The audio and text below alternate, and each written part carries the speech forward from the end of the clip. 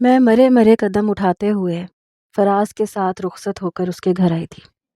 مجھے میری خالہ نے فراز کے کمرے میں بٹھا دیا تھا، لیکن میں بہت گھبرا رہی تھی کیونکہ میرا اس سے ایسا کوئی تعلق نہیں رہا تھا۔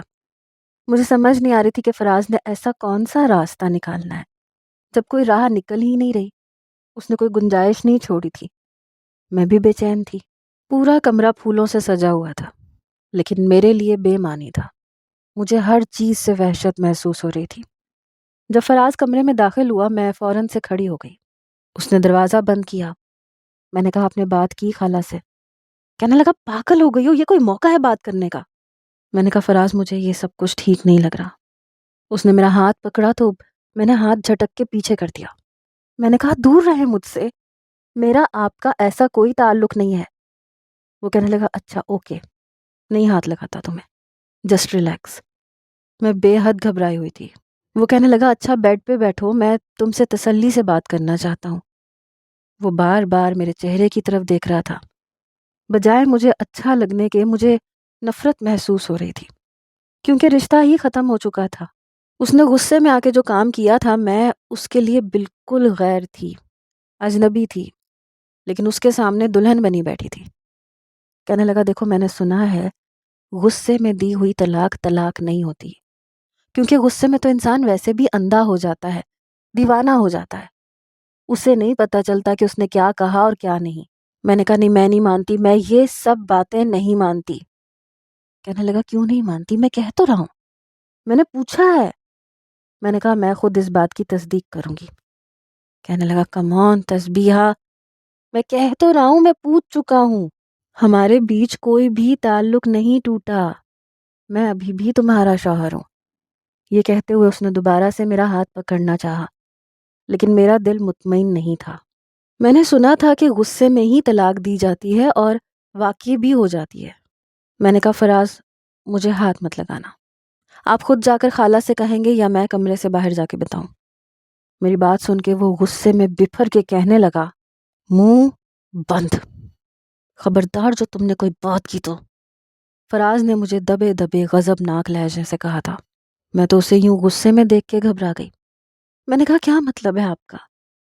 کہنے لگا سارے مطلب سمجھا دوں گا تمہیں۔ 2 سال سے مجھے الو بنا رکھا ہے تم نے بھی اور تمہارے گھر والوں نے بھی، یہ پابندی وہ پابندی۔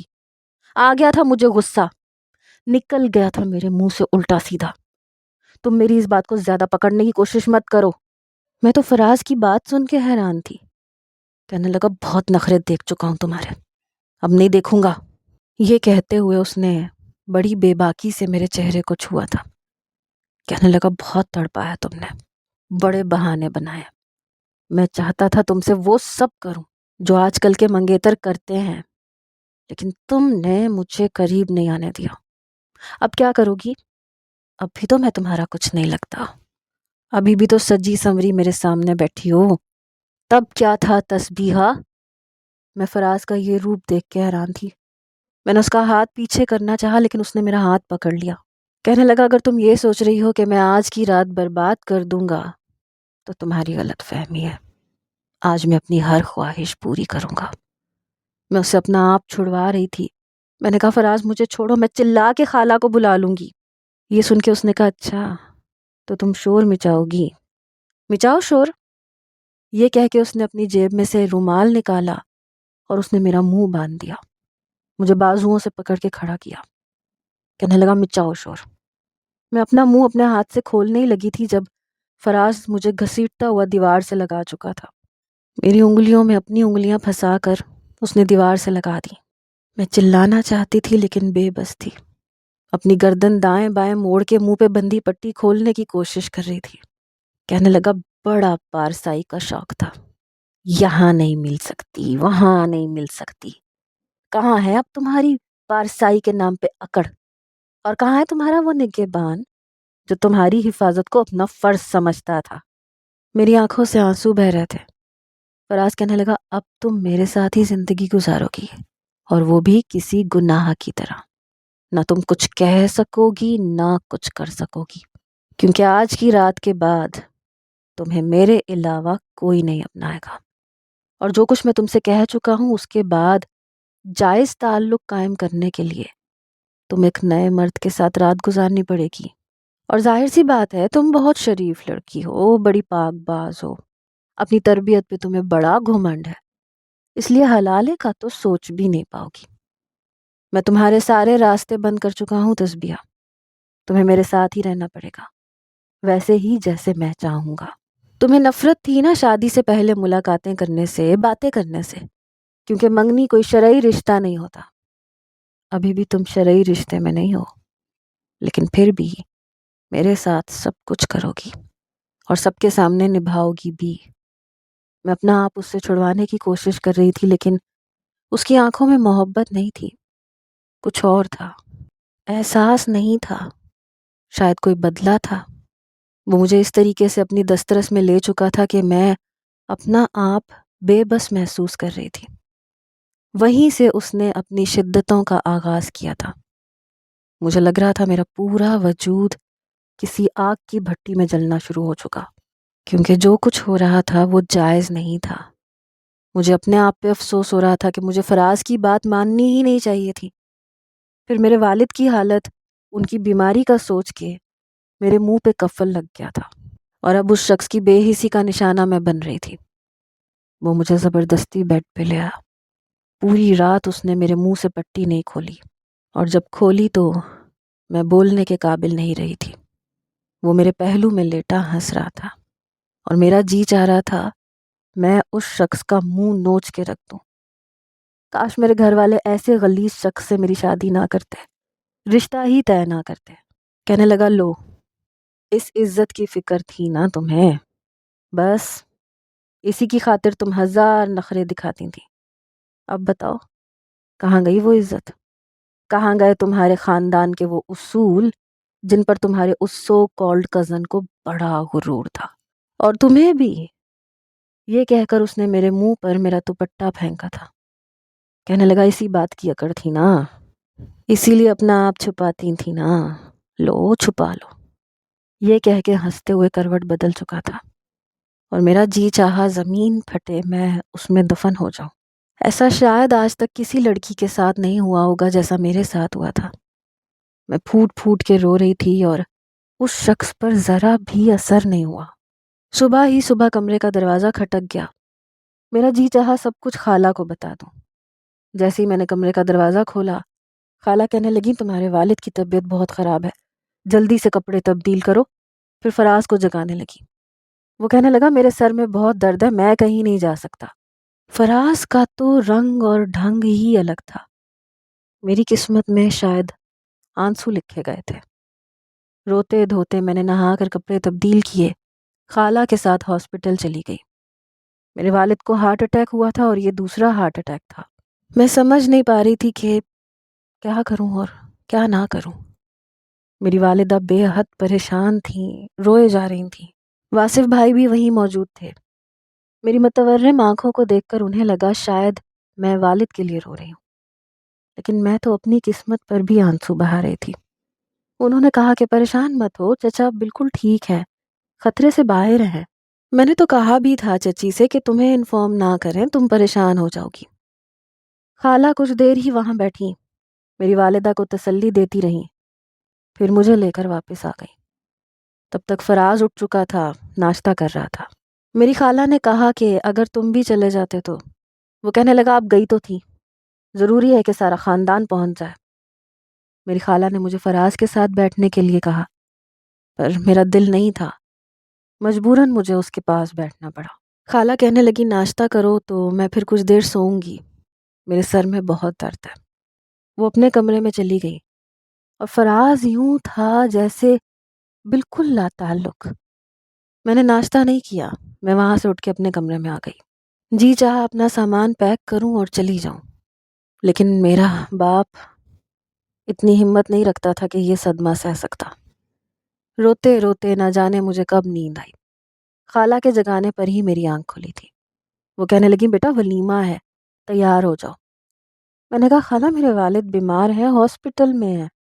وہ کہنے لگی، دیکھو ہمیں لوگوں کو بھی تو منہ دکھانا ہے، کارڈ بٹ چکے ہیں، ولیمے کی ساری تیاری ہو چکی ہے، اب تمہیں اس گھر کے بارے میں بھی سوچنا چاہیے۔ یہاں کی عزت کے بارے میں سوچنا چاہیے۔ میں نے کہا خالہ مجھے آپ سے بات کرنی ہے۔ وہ کہنے لگی ہاں بولو۔ تبھی فراز کمرے میں آیا۔ میں چپ ہو گئی۔ خالہ کہنے لگی کہو کیا کہنا ہے، کیا کہنا چاہتی ہو؟ فراز نے مجھے بڑے غضبناک نظروں سے گھورا تھا۔ کہنے لگا ہاں ہاں بولو، کیا کہنا چاہتی ہو، کیا مسئلہ ہے؟ یہ کہتے ہوئے میرے پاس بیٹھ گیا، پھر میرا ہاتھ پکڑ کے زور سے دبایا۔ میں نے کہا نہیں کچھ نہیں۔ خالہ کہنے لگی چلو جلدی سے تیار ہو جاؤ، بیوٹیشن آنے والی ہوگی۔ دیکھو بیٹا یہ مت سمجھنا کہ مجھے تمہارے والد کا دکھ نہیں ہے، مجھے بہت دکھ ہے، لیکن کیا کریں، اتنا بڑا فنکشن کینسل نہیں کر سکتے۔ میں چپ ہو گئی۔ وہ کمرے سے جا چکی تھیں۔ فراز کہنے لگا کیا بتانا تھا تم نے میری ماں کو، کیا کہنا چاہتی تھی تم؟ میں نے کہا میرا ہاتھ چھوڑے اور مجھ سے دور رہے۔ کہنے لگا اوکے۔ یہ کہتے ہوئے اس نے میرا ہاتھ چھوڑ دیا۔ کہنے لگا آج تو میں خوب تیار ہوں گا، آج تو جشن کی رات ہے، میری جیت کی رات ہے۔ جانتی ہو جو کچھ میں نے رات کو کیا، یہ سب کچھ میں منگنی پہ کرنا چاہتا تھا، میری دلی خواہش تھی، لیکن تم نے موقع ہی نہیں دیا۔ میں دیکھنا چاہتا تھا کہ تمہیں مجھ سے کتنی محبت ہے، تم میری خاطر کیا کیا قربان کر سکتی ہو، لیکن تمہیں تو اپنی عزت سب سے زیادہ پیاری تھی، جو آج رات میں نے لوٹ لی۔ یہ کہتے ہوئے ہنسنے لگا، کمرے سے باہر چلا گیا۔ کچھ دیر میں ملازمہ ایک ولیمے کی میکسی لے کے آ گئی، جسے میں نے مجبوراً پہنا۔ بیوٹیشن مجھے تیار کر رہی تھی تو بار بار کہہ رہی تھی آج آپ کیوں رو رہی ہیں؟ رخصتی پہ رونے کی وجہ تو سمجھ آتی ہے، لیکن آج تو ولیمہ ہے، آپ کے چہرے پر تو الگ ہی رونق ہونی چاہیے تھی، اپنے شوہر کو پا لینے کی، اس کی محبت سے سیراب ہونے کا رنگ چڑھنا چاہیے تھا۔ آپ کا تو چہرہ بالکل مرجھایا مرجھایا لگ رہا ہے، ذرا رونق نہیں ہے۔ میں اسے کیا کہتی کہ مجھے اپنے وجود سے نفرت محسوس ہو رہی ہے، مجھے اس لمس سے کراہیت محسوس ہو رہی ہے جسے پا کر ہر عورت خوش ہو جاتی ہے۔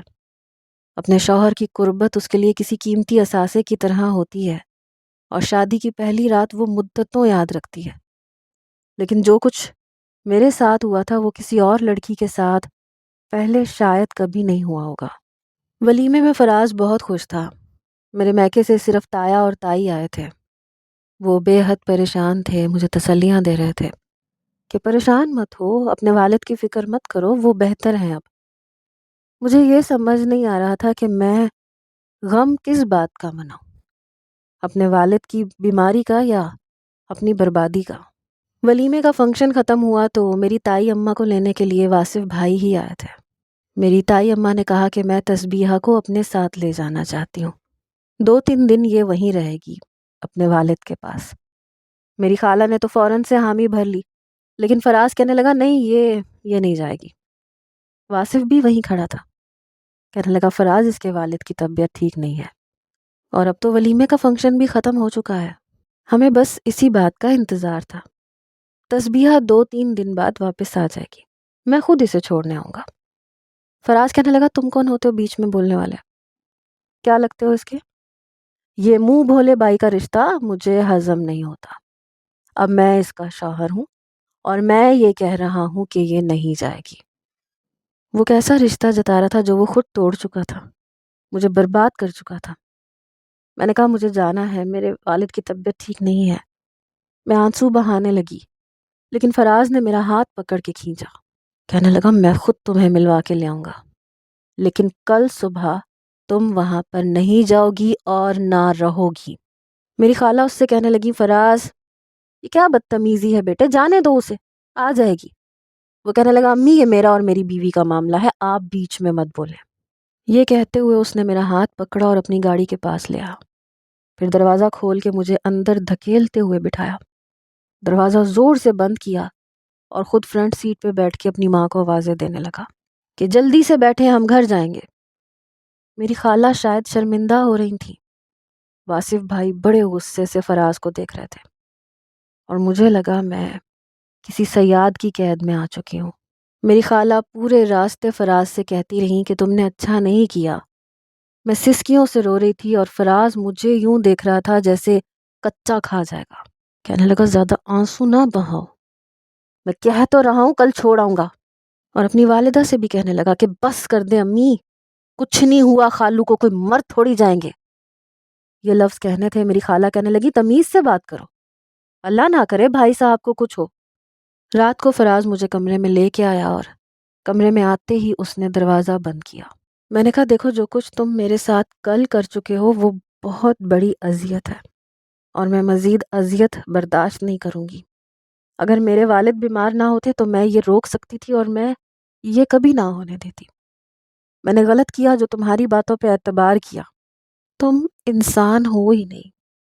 جو کچھ تم نے میرے ساتھ کیا ہے وہ میرے لیے ایک ناقابل برداشت اذیت تھی جو میں آج رات بالکل نہیں سہوں گی۔ وہ کہنے لگا سہنا تو پڑے گا کیونکہ دنیا کے سامنے میں تمہارا شوہر ہوں، مجازی خدا، تم میرا حکم ماننے کی پابند ہو۔ یہ کہتے ہوئے وہ میرے قریب ہوا، لیکن میں اٹھ کے کھڑی ہو گئی، الماری کے پاس آئی اور اپنا ایک سادہ لباس نکالا، واش روم کی طرف جانے لگی، لیکن اس نے میری کلائی پکڑ لی، پھر میرے ہاتھ سے وہ جوڑا پکڑ کے دور پھینکا۔ کہنے لگا کل والی اکڑ ختم نہیں ہوئی تمہاری، ابھی بھی کس بل باقی ہیں، تو آج رات نکال دیتا ہوں۔ میں نے کہا میرا ہاتھ چھوڑو، بہت ہو چکا۔ وہ مجھے الماری کے پاس لایا، الماری کھول کے ایک بےہودہ سی نائٹی مجھے دی، کہنے لگا جاؤ یہ پہن کے آؤ۔ عجیب شخص تھا، پتہ نہیں پاگل تھا۔ میں نے وہ نائٹی پکڑ کے اس کے منہ پہ پھینکی۔ میں نے کہا میں نہیں پہنوں گی، میرا ہاتھ چھوڑو۔ یہ کہتے میں نے زور زور سے خالہ خالہ کہہ کے پکارنا شروع کر دیا۔ اس بار میرا لہجہ بہت بلند تھا۔ وہ میرے منہ پہ ہاتھ رکھتا رہ گیا لیکن میری آواز باہر تک جا چکی تھی۔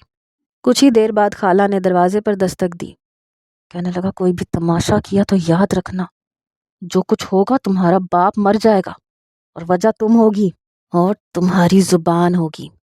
میرے دونوں جبڑے پکڑ کے اس نے زور سے دبائے تھے، پھر اس نے دروازہ کھول دیا۔ خالہ اندر آئیں تو کہنے لگی کیا ہوا؟ کہنے لگا اس کے سر میں بہت درد ہے۔ میں تو کہہ رہا تھا لاؤ میں دبا دوں، لیکن آپ کو پکارنے لگی۔ میں خالہ کے پاس آ گئی، میں نے کہا خالہ میرے سر میں بہت درد ہے۔ کہنے لگی اچھا بیٹھو میں دوائی دیتی ہوں۔ میں نے کہا نہیں میں آپ کے پاس سونا چاہتی ہوں۔ وہ کہنے لگی اچھا چلو ٹھیک ہے۔ پھر فراز سے کہنے لگی اسے آج میرے پاس رہنے دو، اپنے والد کی وجہ سے بہت پریشان ہے، پھر تم نے جانے بھی نہیں دیا۔ اس سے پہلے کہ میں خالہ کے ساتھ کمرے سے باہر جاتی وہ ہم دونوں کے بیچ میں حائل ہوا۔ کہنے لگا میں سمجھا دوں گا اسے کہ میں نے اسے کیوں نہیں جانے دیا، میرا اس کے بغیر دل نہیں لگتا۔ 2 سال میں نے بڑے صبر سے گزارے ہیں، اب آپ میرا امتحان نہ لیں۔ یہ میری بیوی ہے، اب میں خود اسے صبح لے کے جاؤں گا اپنے ساتھ، اس کے والد سے ملوا کے لاؤں گا، لیکن یہ دن بھی زندگی میں ایک بار ہی آتے ہیں۔ میں تو چند دنوں میں ہنی مون کا پلان بنا رہا ہوں۔ میری خالہ کہنے لگی جاؤ جاؤ شوق سے جاؤ، لیکن جب تک بھائی صاحب کی طبیعت ٹھیک نہیں ہو جاتی تم تسبیحہ کو لے کر کہیں نہیں جاؤ گے۔ وہ کہنے لگا اپنے کمرے میں تو رکھ سکتا ہوں نا میں، امی پلیز، میں اسے میڈیسن بھی کھلا دوں گا، اس کا خیال بھی رکھوں گا۔ یہ کہتے ہوئے وہ مجھے عجیب نظروں سے دیکھ رہا تھا، سر سے پیر تک۔ لگ رہا تھا کہ اس کی نظریں نہ ہو، کوئی آری ہو جو مجھے چیر رہی ہو، کاٹ رہی ہو۔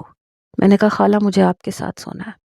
وہ کہنے لگی کوئی بات نہیں بیٹا، اتنا نہیں گھبراتے، شوہر ہے تمہارا، پھر تم سے دیکھو نا کتنی محبت کرتا ہے۔ یہ کہہ کے وہ جا چکی تھی۔ فراز نے دروازہ بند کیا، کہنے لگا کر لیا تم نے آواز دے کے؟ تم کیا سمجھتی ہو مجھ سے بچ جاؤ گی؟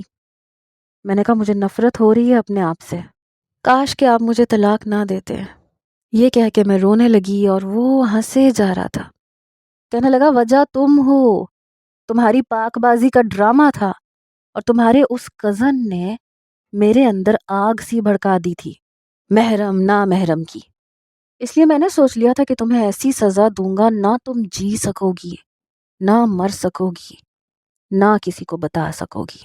یہ کہتے ہوئے وہ میرے قریب آیا، اپنے ہونٹ میری گردن پہ پھیرنے لگا۔ میں پیچھے ہٹنے کی کوشش کرنے لگی تو اس نے میری کمر پر ہاتھ رکھ کے سارے فاصلے مٹائے، پھر بے خودی میں بہت حد تک آگے جانے لگا۔ مجھے لگ رہا تھا جیسے میرے وجود پر کوئی سانپ ہے جو اپنا زہر میرے اندر اتار رہا ہو۔ میرا وجود بری طرح سے کانپ رہا تھا، گناہ کا احساس مجھے ذلت کی اندھیری گہرائیوں میں پھینک رہا تھا جب اچانک موبائل کی بیل بجی، ساتھ ہی کمرے کا دروازہ بھی۔ فراز کہنے لگا کیا مصیبت ہے؟ خالہ کہنے لگی دروازہ کھولو، تسبیحہ کے والد کا انتقال ہو گیا۔ یہ سن کر میں وہیں بے ہوش ہو چکی تھی۔ جب ہوش آیا تو میں اپنے بیڈ پہ لیٹی تھی۔ میری خالہ میری آنکھوں پر پانی کے چھینٹے مار رہی تھی، رو رہی تھی، پھر مجھے گلے لگا کے رونے لگی، کہنے لگی صبر کرو بیٹا صبر کرو۔ میں پھوٹ پھوٹ کے رونے لگی۔ خالہ ہی مجھے اپنے ساتھ لے کر میرے میکے پہنچی تھی۔ فراز بھی ساتھ گیا تھا۔ میری والدہ کا رو رو کے برا حال تھا۔ میری چھوٹی بہنیں دونوں رو رہی تھیں۔ واصف انہیں کہہ رہا تھا کہ اللہ کی مرضی کے آگے ہم کچھ نہیں کر سکتے، لیکن تم لوگ اپنے آپ کو اکیلا مت سمجھنا، ابو ہیں، میں ہوں، پریشان ہونے کی ضرورت نہیں ہے۔ بہرحال میں اپنی ماں کے ساتھ لگ کے رونے لگی۔ تدفین کے بعد بھی میں واپس نہیں جانا چاہتی تھی۔ خالہ نے فراز سے کہا کہ گھر چلتے ہیں، کل پھر آ جائیں گے۔ کہنے لگا تسبیحہ کو کہیں وہ ساتھ چلے۔ یہ بات اس نے سب کے سامنے کہی تھی۔ میری والدہ نے بڑے تعصب کے ساتھ اسے دیکھا تھا۔ وہ کہنے لگیں تمہیں احساس ہے ہم کس تکلیف سے گزر رہے ہیں؟ پوری رات میرا شوہر تسبیحہ سے ملنے کے لیے بےتاب تھا، لیکن تم نے آنے نہیں دیا۔ اب تو وہ جا چکے ہیں، کچھ دن تو میری بچی کو یہاں رہنے دو، اپنے باپ کا غم تو ہمارے ساتھ بٹانے دو۔ کہنے لگا لے آؤں گا نا اپنے ساتھ، لیکن یہاں نہیں رہے گی یہ۔ میں تو جیسے پھٹ پڑی۔ میں نے کہا یہ میرا کچھ نہیں لگتا، میرے باپ کی بیماری کا ناجائز فائدہ اٹھا رہا تھا، میرا اس سے کوئی تعلق نہیں ہے۔ یہ سن کر میری والدہ کہنے لگی تسبیحہ یہ کیا کہہ رہی ہو تم؟ فراز کے چہرے کی رنگت پھک پڑی۔ میں رونے لگی۔ میں نے کہا امی یہ انسان مجھے طلاق دے چکا ہے اور میرے ساتھ ناجائز طریقے سے رہ رہا ہے، مجھے دھمکیاں دیتا تھا کہ تمہارا باپ مر جائے گا، تمہارا صدمہ برداشت نہیں کر پائے گا، اس لیے میرے ساتھ یہ رشتہ نبھاؤ۔ اس نے مہندی والے دن ہی مجھے طلاق دے دی تھی۔ یہ میرے کمرے میں آیا تھا، مجھ سے الٹی سیدھی ڈیمانڈز کر رہا تھا، میں نے انکار کیا تو اس نے مجھے طلاق دے دی تھی، اسی لیے میں بے ہوش ہوئی تھی۔ لیکن اگلے روز ابو کی طبیعت خراب تھی، اس لیے میں کچھ بول نہیں پائی، اور اس نے یہ کہا کہ یہ صدمہ تمہارا باپ برداشت نہیں کر پائے گا، اس لیے میں کسی سے کچھ نہیں کہوں گا، میں خود آہستہ آہستہ سب کو سچ بتا دوں گا۔ میری غلطی یہ تھی کہ میں نے اس پہ اعتبار کیا، میں نے اس جانور نما شخص پہ اعتبار کیا، لیکن اب نہیں کر سکتی، اپنے آپ کو وہ اذیت نہیں دے سکتی، میں گناہ کے ساتھ مزید وقت نہیں گزار سکتی۔ یہ کہتے ہوئے میں روئے جا رہی تھی۔ میری خالہ، میری والدہ، میری تائی، سب لوگ مجھے حیرت سے دیکھ رہے تھے۔ میری بات شاید ان کے لیے ناقابل یقین تھی۔ میری خالہ نے جب فراز کی طرف دیکھا تو وہ فٹافٹ سے باہر چلا گیا۔ شاید اسے توقع نہیں تھی کہ میں سچ بتا دوں گی۔ اسے لگا کہ میں اس کے ساتھ یہ اذیتوں والی زندگی گزارتی رہوں گی۔ میری والدہ وہیں بے ہوش ہو گئی۔ میں پریشان ہو کے رہ گئی۔ امی امی کہہ کے انہیں پکارنے لگی۔ واصف اس وقت پاس آیا، میری والدہ کو سہارا دے کے ہاسپٹل لے گیا۔ میں بھی اس کے ساتھ ہی گئی تھی۔ میری والدہ کو شاید 2 صدمے ایک ساتھ ملے تھے، اس لیے برداشت نہیں کر پا رہی تھیں۔ ان کا بی پی شوٹ کر گیا تھا۔ میں روئے جا رہی تھی۔ واصف مجھے ہی دیکھ رہا تھا، پھر میرے پاس آ گیا، کہنے لگا تمہیں مجھے بتانا چاہیے تھا۔ میں نے کہا تو پھر آپ کیا کرتے؟ آپ مجھے بتائیں، آپ میری جگہ ہوتے تو کیا کرتے؟ وہ کہنے لگا بہت ہی جاہل قسم کا نوجوان ہے، مجھے پہلے پتہ چلتا تو شاید میں تمہاری شادی روک دیتا۔ میرے پاس ان کی کسی بات کا کوئی جواب نہیں تھا۔ کچھ ہی دیر میں میری والدہ کو ہوش آ گیا تھا، وہ روئے جا رہی تھیں، کہنے لگی مجھے نہیں پتا تھا میرا سگا بھانجا ہو کے وہ اس طرح کہاں نکلے گا، مجھے تو لگا تھا وہ میری بیٹی کو بہت خوش رکھے گا۔ بہرحال 3 دن گزر گئے تھے۔ میری والدہ عدت میں بیٹھ چکی تھیں، چھوٹی بہنیں ہر وقت روتی رہتی تھیں اور چھوٹا بھائی بھی، میں انہیں تسلی دیتی رہتی تھی۔ 3 دن بعد خالہ آئیں۔ میری والدہ نے کہا کنیز فاطمہ تم یہاں سے چلی جاؤ، مجھے تم سے کوئی بات نہیں کرنی، جو کچھ تمہارے بیٹے نے میری بیٹی کے ساتھ کیا ہے میں کبھی معاف نہیں کر سکتی۔ وہ کہنے لگی مجھے نہیں پتا تھا فراز نے یہ سب کیا ہے، لیکن میں بہت شرمندہ ہوں۔ اس وقت میری تائی اور تایا ابا بھی بیٹھے ہوئے تھے۔ میری والدہ چہرہ چھپا کے بات کر رہی تھیں. کہنے لگی یہ مت سمجھنا میری بیٹی بے آسرا ہو گئی، ابھی اس کا تایا زندہ ہے، ہم سب ہیں اسے سنبھال لیں گے. میری خالہ رونے لگی، کہنے لگی میں سچ مچ بہت شرمندہ ہوں، میں نے فراز کو بہت مارا ہے. تم شاید یقین نہ کرو لیکن میں اپنے اندر اس قدر شرمندگی محسوس کر رہی ہوں تم لوگوں کا سامنا تک نہیں کر پا رہی. پھر کہنے لگی میں چاہتی ہوں کہ جو غلطی میرے بیٹے نے کی ہے میں اس کا ازالہ کر دوں. میری ماں کہنے لگی اس غلطی کا کوئی ازالہ نہیں ہے. وہ کہنے لگی اگر تم چاہو تو ہو سکتا ہے. واصف بھائی بھی وہیں بیٹھے تھے اور میں بھی. میری والدہ کہنے لگی کیا مطلب؟ وہ کہنے لگی اگر واصف تسبیحہ کے ساتھ حلالہ کر لے تو. بات کچھ ایسی تھی کہ واصف بھائی آپے سے باہر ہوئے. وہ کہنے لگے خالہ جی میں آپ کی بہت عزت کرتا ہوں، اس لیے بہت تمیز سے کہہ رہا ہوں کہ اٹھیں اور جائیں یہاں سے. آپ نے رشتوں کو شاید مذاق سمجھ رکھا ہے.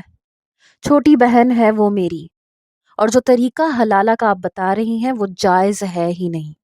نہ تو میں تسبیحہ سے شادی کروں گا اور نہ ہی حلالہ جیسی کوئی رسم جو اس معاشرے میں پھیلی ہوئی ہے وہ نبھاؤں گا. میں خود خالہ کی بات پہ حیران تھی کہ انہوں نے کہا تو کہا کیسے؟ یہ کیسے سوچ لیا کہ میں اس خبیث شخص کے ساتھ دوبارہ زندگی گزاروں گی جس کے ساتھ گزری ایک رات میری زندگی میں اذیتیں بھر چکی تھی. خالہ کہنے لگی دیکھو ابھی کسی کو کچھ نہیں پتا، ابھی بات مٹھی میں ہے، گھر تک ہے. بدنامی تو آپ کی بیٹی کی بھی ہو جائے گی. ویسے بھی میں چاہ رہی ہوں کہ بند مٹھی میں سب کچھ ہو جائے. بیٹے مجھے غلط نہ سمجھنا، لیکن میں یہی چاہتی ہوں کہ عزت کا بھرم قائم رہے. وہ کہنے لگا جس عزت کا بھرم آپ قائم رکھنا چاہتی ہیں وہ ناجائز ہے. پہلے ہی آپ کے بیٹے نے کم ناجائز کام کیے ہیں جو اب آپ ایک اور ناجائز کام کا مشورہ دے رہی ہیں. جائیں یہاں سے. میری والدہ البتہ چپ تھیں اور تایا ابا بھی. جیسے ہی میری خالہ گئی میرے تایا ابا کہنے لگے واصف ایسا کرو تسبیحہ سے نکاح کر لو. یہ سن کے وہ غصے سے بپھر گیا. کہنے لگا ابا کیا کہہ رہے ہیں آپ بھی ان کی باتوں کو سر پہ لے رہے ہیں جو ناجائز بات کر رہی ہیں. ایسے ہوتا ہے کیا حلالہ؟ یوں کیا جاتا ہے حلالہ؟ تایا ابا کہنے لگے میں نے کب کہا حلالہ کر لو، میں نے کہا تسبیحہ سے نکاح کر لو. یہ سن کے واصف کچھ دیر تو چپ سا ہو چکا تھا، لیکن پھر کہنے لگا میں یہ نہیں کر سکتا. میں نے ہمیشہ اسے اپنی چھوٹی بہن کی نظر سے دیکھا ہے اور مجھے شادی کرنی ہی نہیں ہے. میں پہلے ہی آپ کو صاف کہہ چکا ہوں. وہ کہنے لگے کہ یوں تو تم نے بڑے دعوے کیے تھے کہ چچا کی کمی محسوس نہیں ہونے دوں گے، ساتھ دو گے. اس وقت اگر تمہارے چچا زندہ ہوتے تو اپنی آس بھری نظروں سے تمہیں دیکھ کر یہی چاہتے کہ تم ان کی بیٹی کی عزت کو رکھ لو. وہ کہنے لگا پلیز ابا میں یہ نہیں کر سکتا. آپ جانتے ہیں میں نے اریبہ سے کتنی محبت کی تھی، میں اس کے علاوہ کسی کو اپنی زندگی میں شامل نہیں کر سکتا، کسی کو بھی نہیں. یہ کہہ کے وہ اوپر کا زینہ چڑھ گیا. میں خود ایسا نہیں چاہتی تھی، میں سوچ بھی نہیں سکتی تھی، اس لیے میں بھی اپنی والدہ کو لیے اپنے کمرے میں جانے لگی. تو میرے تایا ابا کہنے لگے زبیدہ تم فکر نہ کرو، میں واصف کو تیار کر لوں گا. تسبیحہ ہمارے گھر کی بچی ہے اس لیے ہمارے گھر کی ہی عزت بنے گی. میں نے کہا تایا جان میں زبردستی کا رشتہ نہیں چاہتی، آپ رہنے دیں، آپ واصف بھائی کے ساتھ کوئی بھی زبردستی مت کریں. میری شادی کے فنکشن میں ہی میری چھوٹی بہن کو بھی کسی نے پسند کر لیا تھا. چند روز بعد وہ لوگ رشتہ لے آئے. میرے والد کے انتقال کا پتہ چلا تو افسوس کرنے لگے، لیکن پھر میرے تایا نے کہا کہ اگر آپ لوگوں کی خواہش ہے تو ہم سادگی سے رشتہ طے کر لیتے ہیں اور عدت پوری ہوتے ہی فریحہ کی شادی کر دیں گے. لیکن جب انہوں نے میری طرف دیکھا تو کہنے لگے یہ بچی اپنے گھر نہیں گئی، ابھی تک یہاں کیوں بیٹھی ہے؟ یہ سن کر میرے تایا ابا نظر چرانے لگے اور میری والدہ بھی. وہ خاتون کہنے لگیں کہ اب تو اس کے والد کے انتقال کو 15 دن گزر چکے ہیں، آپ کی بچی کو تو اپنے سسرال میں ہونا چاہیے. اب وہ کیا جواب دیتے کہ کیا ہو گیا ہے، کون ان باتوں کا اعتبار کرتا ہے. تایا ابا کہنے لگے بہت جلدی چلی جائے گی، آپ فکر نہ کریں. بہرحال اس عورت نے اپنی طرف سے رشتہ طے کر دیا تھا، لیکن بعد میں سب سوچ رہے تھے کہ اب کیا کیا جائے. اگر انہیں سچائی کا پتہ چل گیا تو کہیں رشتے سے انکار نہ کر دیں، اور سچائی چھپ تو نہیں سکتی تھی۔ میری والدہ کہنے لگیں کہ مجھے لگتا ہے یہ رشتہ ٹوٹ جائے گا۔ پھر کہنے لگیں صرف یہ ہی نہیں، چھوٹی بیٹی کے رشتے کے وقت بھی یہی مسائل ہوں گے، کیونکہ اگر بڑی بیٹی کا گھر نہ بچ سکے اور وہ جلد ہی اپنے میکے کی دہلیز پر طلاق لے کر بیٹھ جائے تو لوگ اسی کے کردار پر انگلیاں اٹھاتے ہیں۔ میری بیٹی کی زندگی برباد ہو گئی اور اب اس کے سائے سے میری دونوں چھوٹی بیٹیاں بھی اسی دہلیز پہ بیٹھی رہیں گی۔ یہ کہہ کے میری والدہ رونے لگی۔ میں کیا کہہ سکتی تھی؟ پتہ نہیں معاشرہ کیوں ان باتوں کو نہیں سمجھتا۔ بہرحال میرے تایا کہنے لگے کہ میں واصف سے بات کرتا ہوں۔ میں نے کہا پلیز، واصف بھائی کو فورس کرنے کے بجائے آپ لوگوں کو ان لوگوں سے سچ کہنا چاہیے تھا، یوں جھوٹ بول کر رشتہ قائم کرنا ہی نہیں چاہیے تھا۔